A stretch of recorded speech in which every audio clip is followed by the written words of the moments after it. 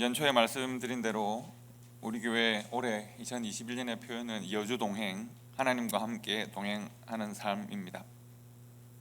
주님과 함께 한 걸음 한 걸음 발맞춰 갈 수 있는 삶을 지향합니다. 지난 2개월 동안은 아가서를 묵상했었고요. 아가서는 구약의 가장 아름다운 복음서라고 생각을 합니다. 그리고 이번 주부터 우리가 어떻게 하나님과 동행하는 삶을 살 것인가 하는 것을 말씀을 통해서 함께 고민하려고 합니다. 하나님과 동행하는 삶, 어떻게 설명을 하시겠습니까? 나도 추상적일 수 있겠습니다. 하나님과 동행하는 삶, 날마다 말씀을 묵상하고 기뻐하고 이렇게 우리가 일반적으로 설명할 수도 있을 것 같기도 하고요. 하나님과 동행하는 삶은 참 설명하기 어려운 내용이기도 합니다. 그래서 어떻게 하면 하나님과 동행하는 삶에 대한 하나님 말씀으로부터 도전을 받을 수 있을까를 고민하는 중에 신앙의 선조들의 삶을 천천히 조명하면서 그들은 어떻게 하나님과 동행하였고 우리는 어떻게 하나님과 동행할까를 다리를 놓는 일을 해보려고 합니다. 그럼 만약에 어느 날 갑자기 내 마음에 음성이 들린다면 여러분 어떻게 생각하시겠습니까? 분명히 귀로 들리는 것 같은데 그러나 마음에 음성이 들려오고 누군가가 나를 부르는 음성, 내가 너를 부르니까 너는 응답하라는 음성이 여러분께 막 자꾸 들려온다면 여러분은 당황스럽지 않으시겠습니까? 항상 이런 음성이 들리는 건 아니잖아요. 요즘 같으면 환청이 들리는데 병원에 가볼까? 이런 생각을 할 수도 있습니다. 자꾸 누군가가 내게 말을 시작하면요, 그냥 들리는 것이 아니라 그것도 자신을 하나님이라고 하는 말을 내 마음에 자꾸 넣어주면 귀에 들리는 것인지 마음에 확신이 드는 것인지 모르겠는데 나는 하나님인데 너는 이렇게 하라는 말을 누군가가 자꾸 하면 여러분 어떤 생각이 드시겠습니까? 어린 사무엘에게 사무엘아라고 하는 음성이 들렸을 때 다른 어느 사람에게도 들리지 않고 사무엘에게만 들렸을 때 사무엘은 그것이 엘리의 음성이라고 생각했습니다. 그래서 제사장에게 뛰어가서 부르셨습니까? 라고 물었습니다. 핍박자 사울에게 아무에게도 들리지 않는 음성이 들립니다. 나는 네가 핍박하는 예수다 라고 하는 음성을 들었을 때 그는 아무것도 보이지 않고 아무것도 할 수 없는 사람, 땅에 그저 엎드러진 사람이 되고 말았습니다. 이스라엘 역사의 가장 어두운 시기에 원래 숨어서 추수를 탈곡을 하던 기드온에게 하나님의 음성이 들립니다. 나는 하나님인데, 나는 너희 백성의 하나님인데 내가 너를 세워서 새로운 역사를 만들어가려고 한다. 그런데 기드온은 계속 의심하죠. 정말 이 음성은 하나님의 음성이 맞습니까? 계속 의심합니다. 한때 스스로 자신 마음에 들어오는 믿음을 따라서 민족의 구원자가 될 수 있다고 스스로 생각하고 그사를 일으켰다가 처절하게 실패하고 거절당하고 패배하고 광야에 가서 나이 40의 실패를 거듭하고 실패를 맛보고 나이 80까지 40년을 광야에서 목자로 지냈던 모세는, 양을 치던 모세는 지치고 지칠 대로 지치고 힘들어 있는 상태로 하나님의 음성을 듣게 됩니다. 하나님의 음성 앞에서 그는 망연자실합니다. 과연 나는 이 상태로 하나님께서 부르시는 귀한 사명을 감당할 수 있습니까? 저는 못합니다 라고 거듭 하나님께 주시는 사명을 사양하는 장면이 있습니다. 아브라함에게도 이런 음성이 들리죠. 본토와 친척과 아비 집을 떠나라고 말씀합니다. 분명히 나는 이전에도 아브라함이고 지금도 아브라함인데 하나님께서 나에게 음성을 주시는 바로 이 시기부터 나는 본토와 친척과 아비의 집을 떠나는 사람이 되어야 합니다. 여러분, 한국에서 군대를 가보신 분들 영장을 받고 이제 군대 가기 전에 한번 쭉 인사를 하러 다니시잖아요. 좀 다른 마음으로 다니시지 않나요? 혹은 여러분 이민 오시기 전에 비자를 받고 난 다음 좀 다른 마음으로 주변 사람들이 인사를 하지 않으셨나요? 가장 최근에 오신 예선자매 그러지 않으셨나요? 좀 다른 마음으로 우리가 인사를 합니다. 하나님께서 나를 부르십니다.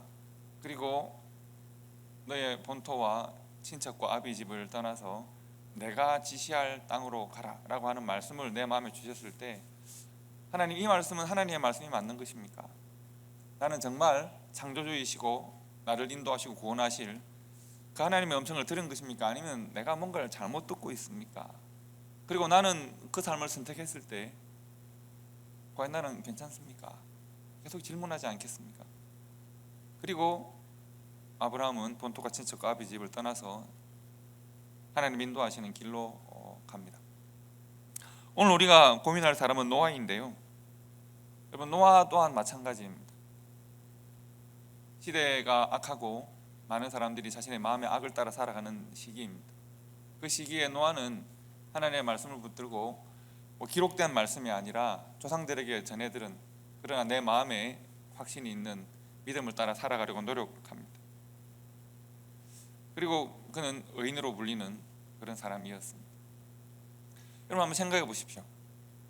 우리 제가 좀 전에 여러 사람들을 언급하고 여러 사람들이 어떻게 하나님의 음성을 듣고 그 부르심에 응답했는지를 여러분들에게 짧게 설명을 드렸는데요, 여러분, 그 일은 쉬웠을까요? 그러니까 하나님의 음성이 내 마음속에 들리고 어떤 방식이든 나는 하나님의 음성임을 확신하고, 그리고 이제 내가 하나님의 음성을 따라서 내 삶을 움직이기 시작하는 바로 이 일, 이 음성을 하나님의 음성으로 듣는 일도 힘든 일이고 그것을 하나님의 음성으로 확신하는 일도 힘든 일이고, 그리고 내 삶을 그 하나님의 나를 부르신 음성을 따라 움직이는 일. 아브라함이 본토와 친척과 아버지 집을 떠나는 일이 쉬웠겠습니까? 그리고 노아가 방주를 준비하는 일이 쉬웠겠습니까? 모세가 다시 애굽으로, 자신이 쫓겨나고 도망쳐온 애굽으로 들어가는 일은 여러분 쉬운 일이었겠습니까? 쉬운 일일 리가 없지 않습니까? 그래서 오늘 제가 말씀 묵상하는 중에 제일 첫 고민은 이것이었습니다. 만약에 내가 노아였다면 나는 어떻게 했을까? 여러분이 노아였다면 어떻게 했을까요? 사실은 모든 사람들이 자신의 소견이 옳은 대로 자신의 뜻과 욕망으로 살아가는 시기에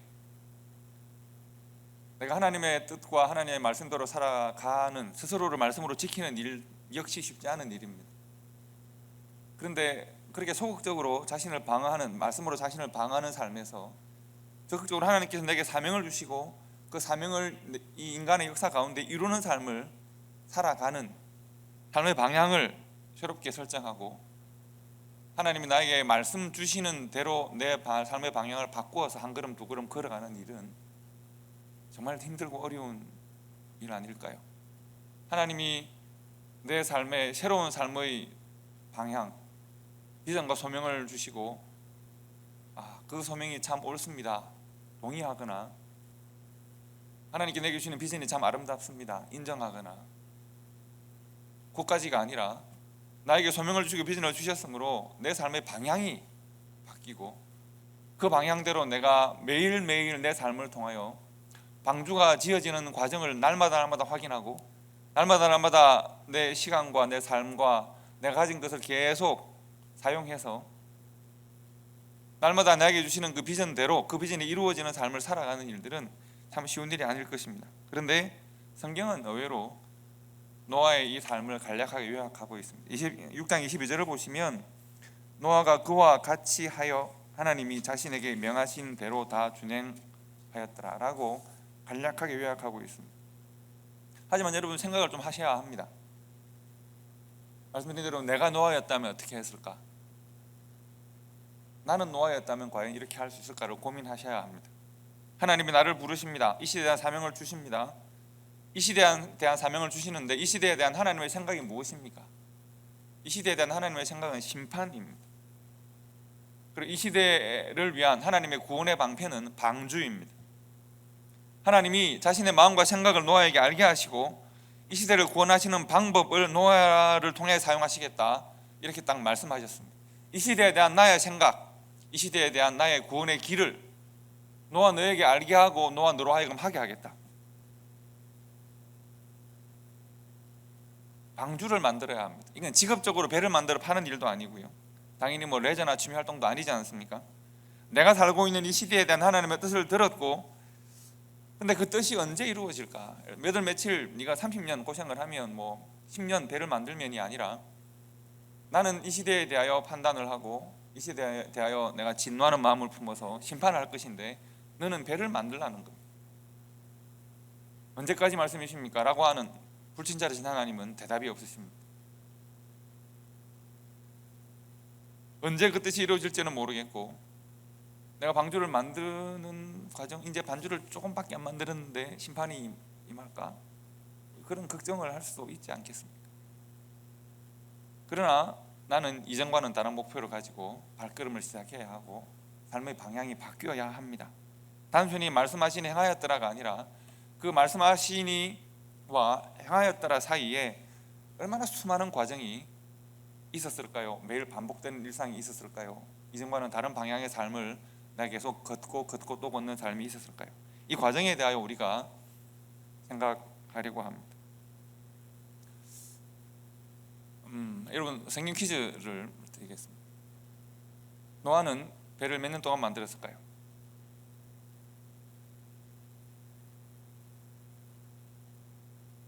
예, 우리 김내성님 1년이라고 하셨는데 아주 발칙한 생각이라고 생각합니다.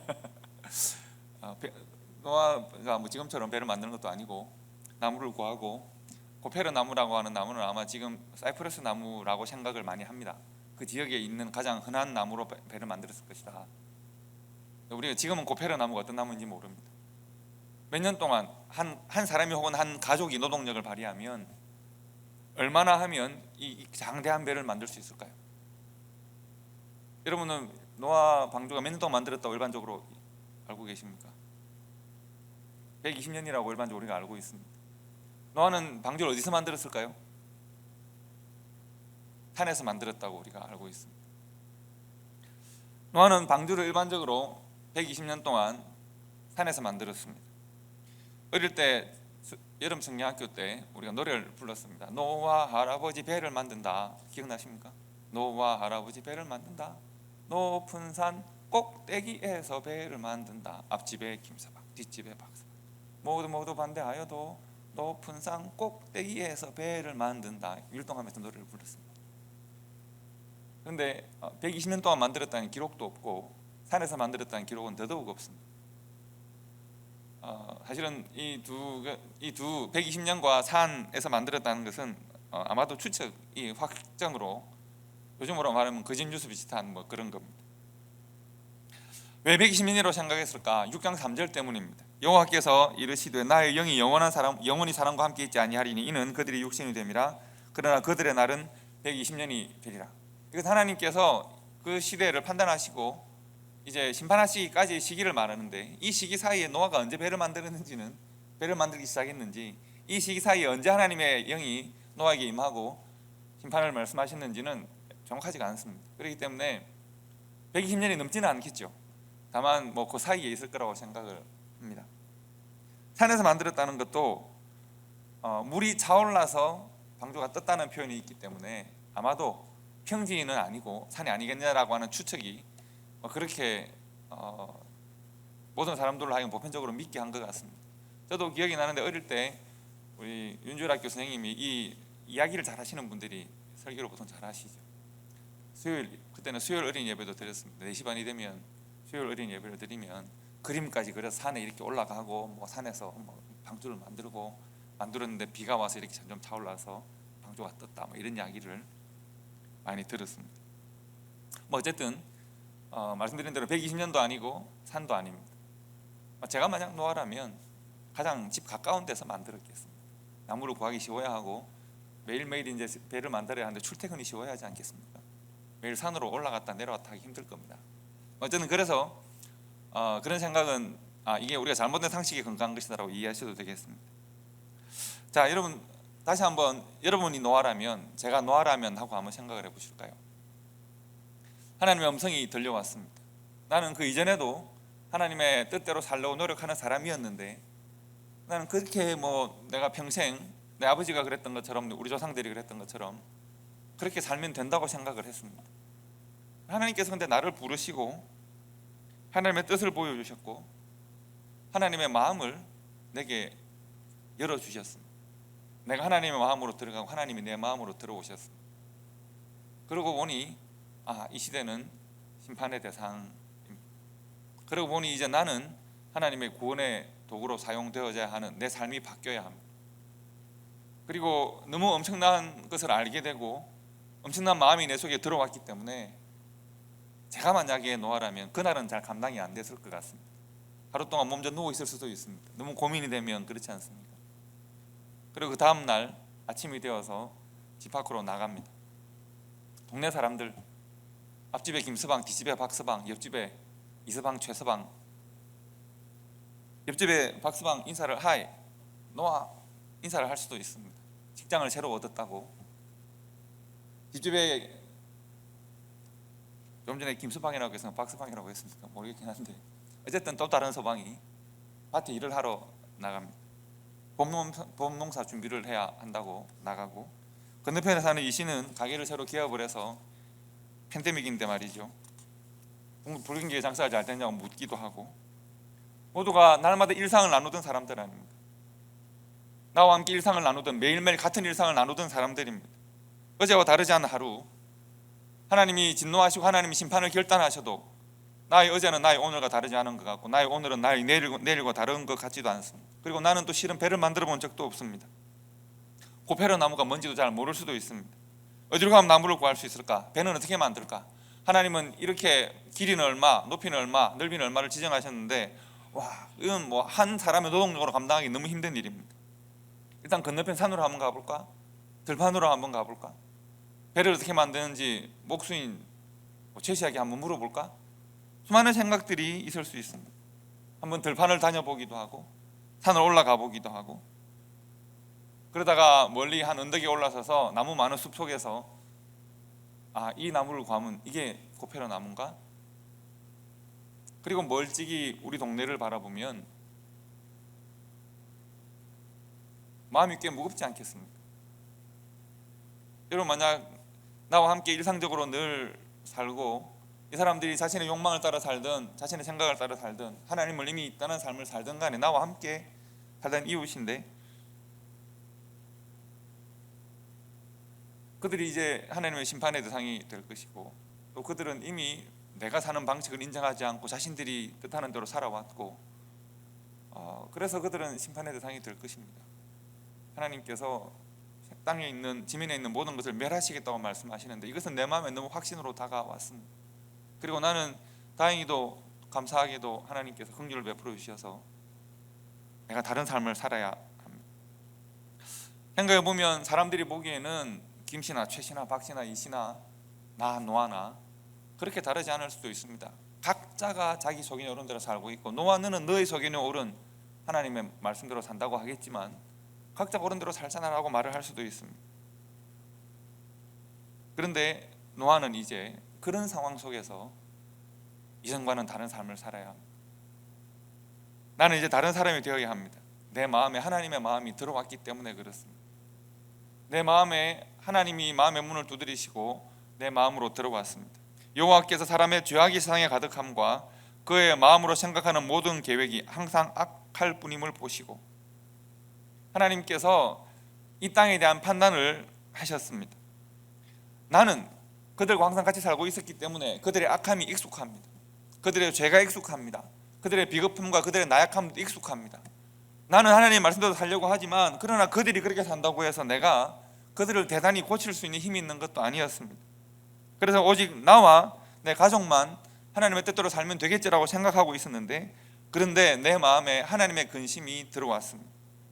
하나님께서 땅 위에 사람을 지으셨음을 한탄하사 마음에 근심하시고, 그리고 노아의 마음의 문을 두드리십니다. 내가 이 땅에 대한 나의 근심과 나의 고민과 나의 분노를 너에게 내가 말하고, 그리고 너에게 이 땅에 대한 나의 생각과 계획을 알려준다. 너는 나의 계획과 함께하는 사람이 되자.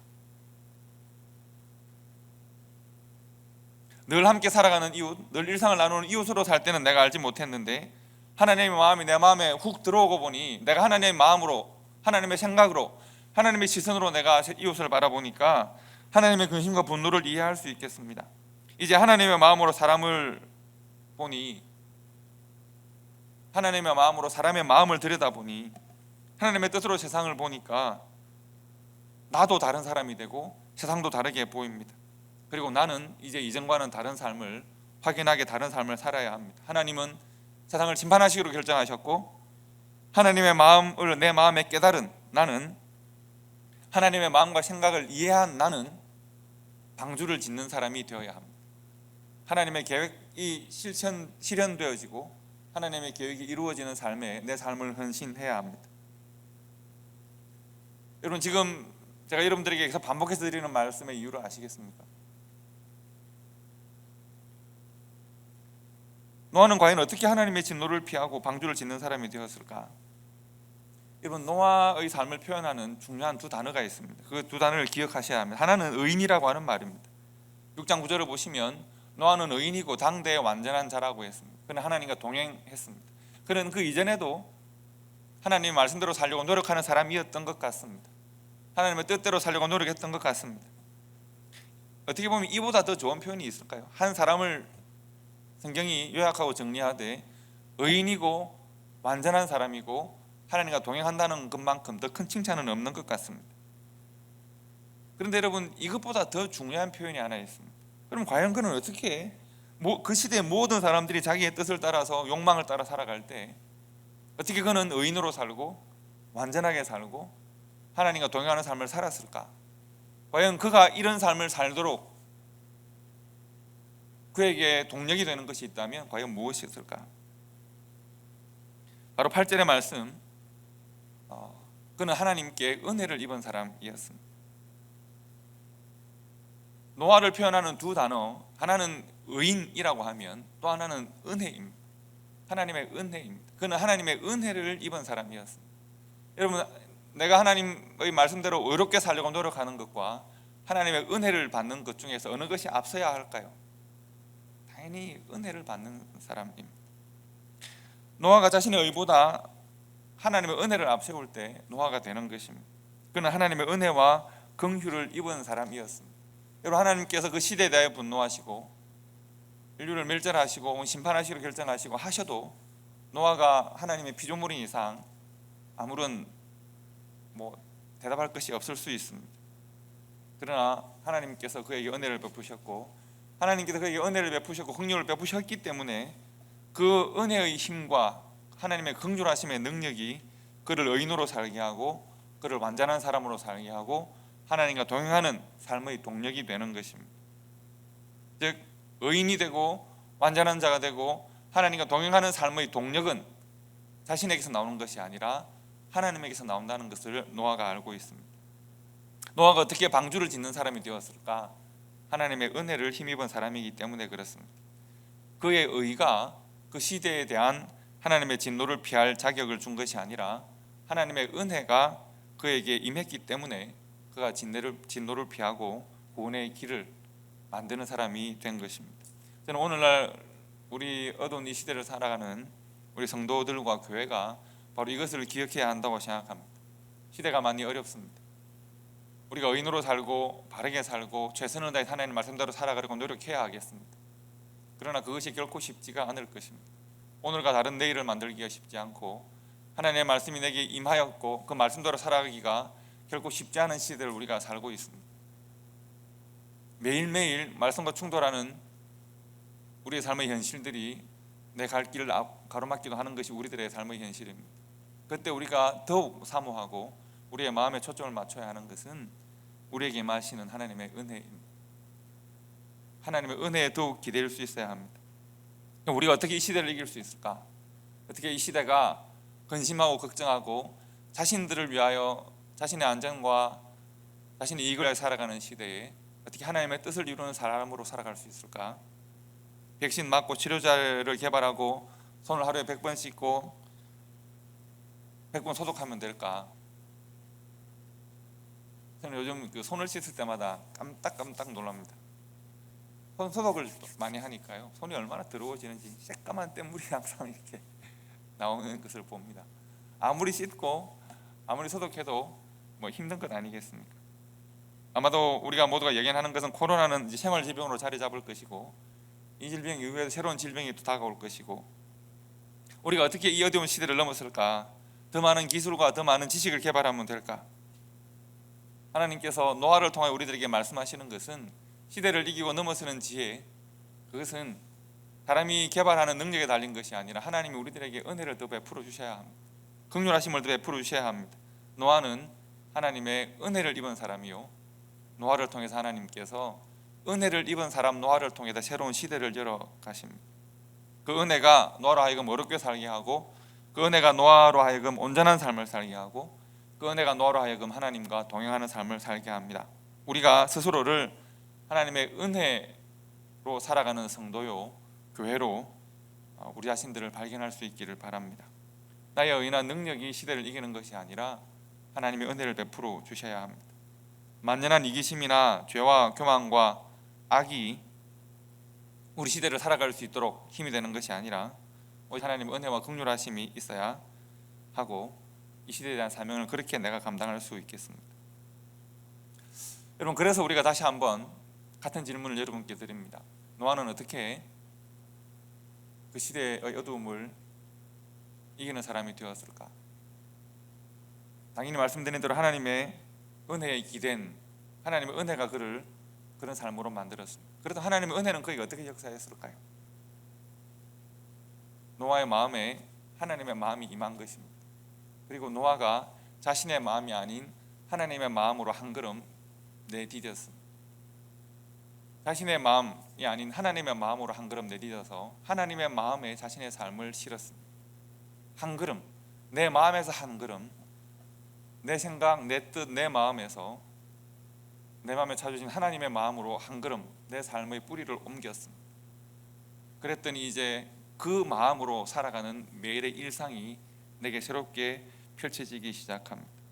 하나님의 마음과 생각으로 세상을 보고 자신을 바라보니까 이제 노아는 세상에 대한 하나님의 심판을 이해하고 세상에 대한 하나님의 구원의 도구로 스스로를 사용하는 일에 순종하게 됩니다.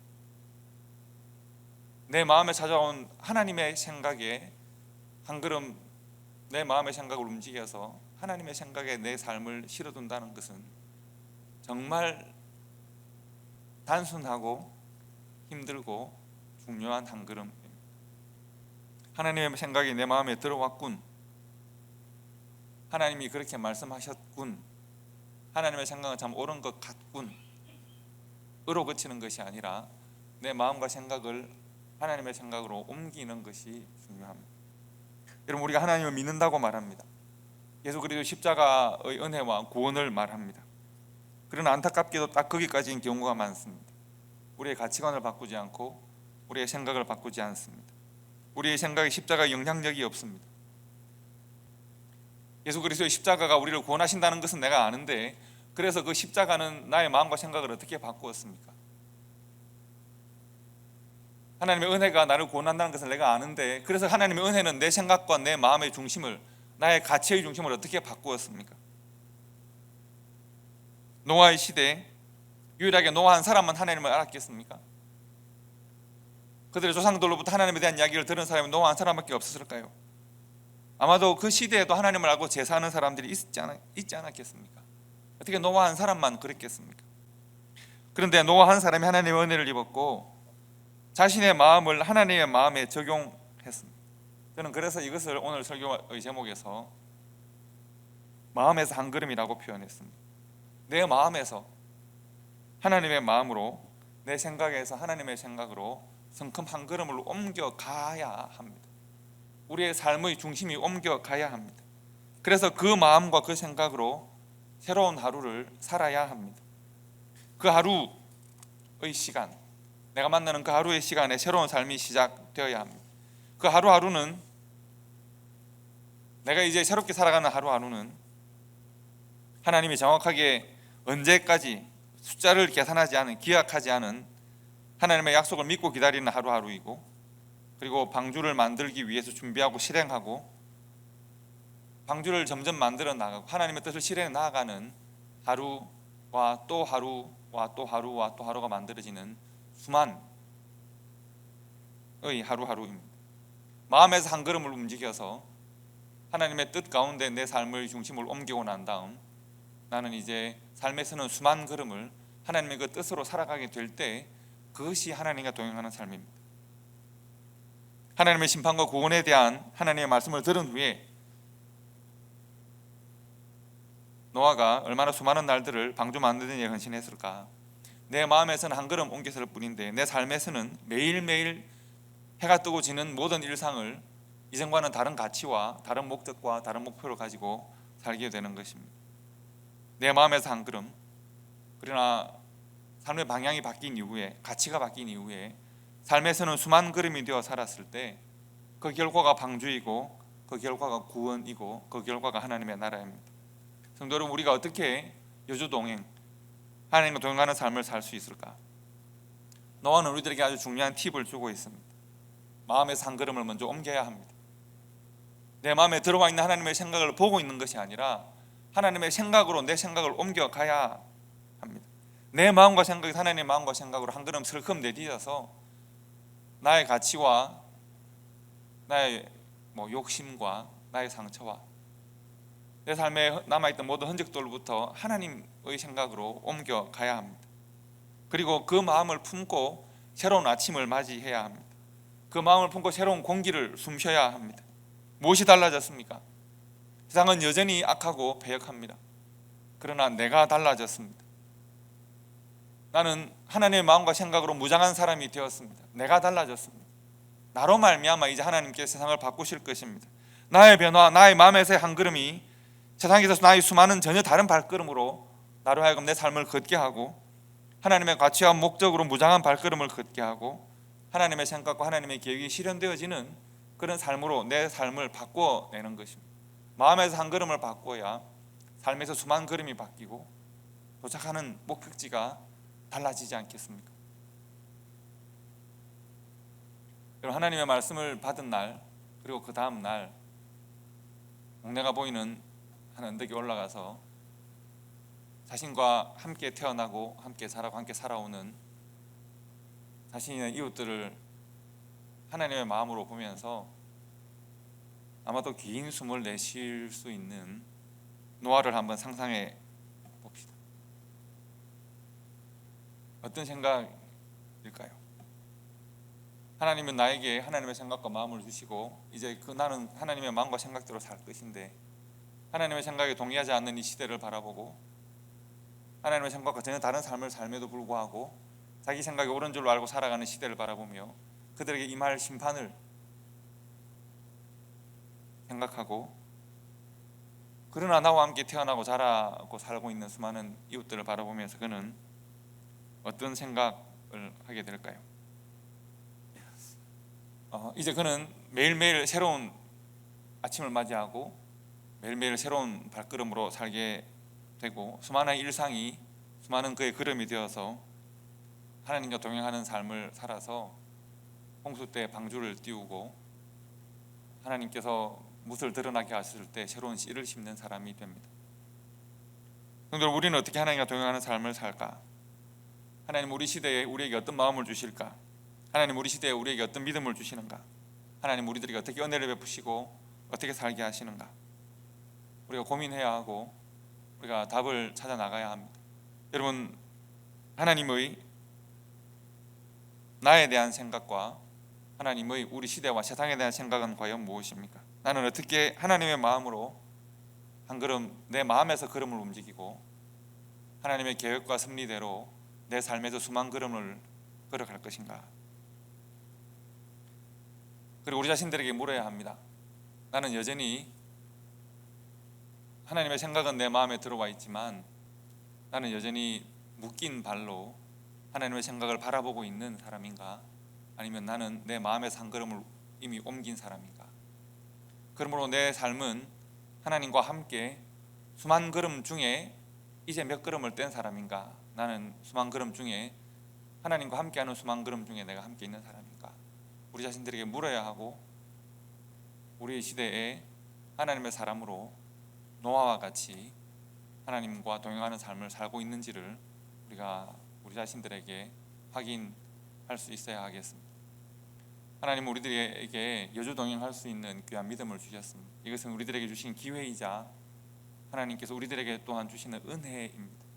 이 기회와 은혜를 우리가 흘려보내지 않아야겠고 우리의 마음에서 성큼 하나님의 생각으로 우리의 삶을 중심을 옮겨가고 그리고 하나님과 함께 우리의 인생의 수만 걸음을 함께 걸을 수 있는 우리 초대교회와 성도가 되시기를 주님의 이름으로 축복합니다.